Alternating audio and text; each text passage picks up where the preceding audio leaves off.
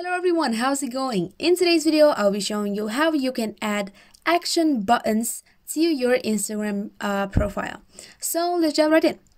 What you need to do is, of course, have a professional account first. So what you need to do in order to do that is go ahead and click on the three lines in the top right corner. Then go ahead and click on settings. Then click on account.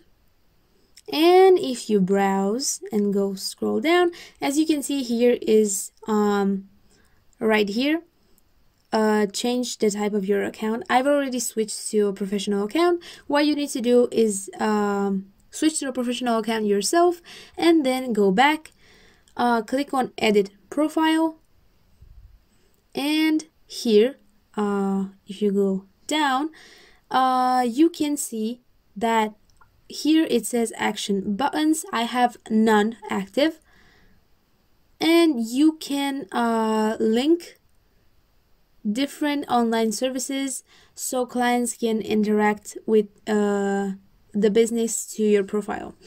And you can see here order food and a bunch of different businesses. So this here, and then here the same thing. If you want to connect people to you, you can click on contact options and go ahead and input your email, your number, your address, well, the business address, email, and number.